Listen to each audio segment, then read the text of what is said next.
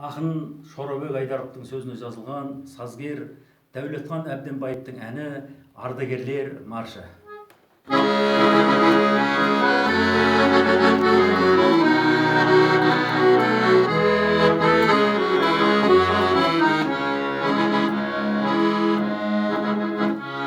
Соғыс, кім мұнан шошынбайды? Соғыс деген тосынның тосынмайды.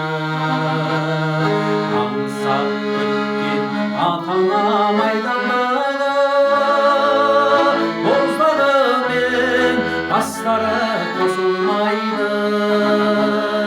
Ей адамдар, абайлаңдар, қайғы жетті соғыста талай жандар. Бейбітшілік анасы тіршіліктің, қабағына ананың қарайлаңдар. Бейбітшілік анасы тіршіліктің, қабағына ананың қарайлаңдар. Бейбітшілік күндері ұшпайды, басымызға бар бақыт қоныстайды.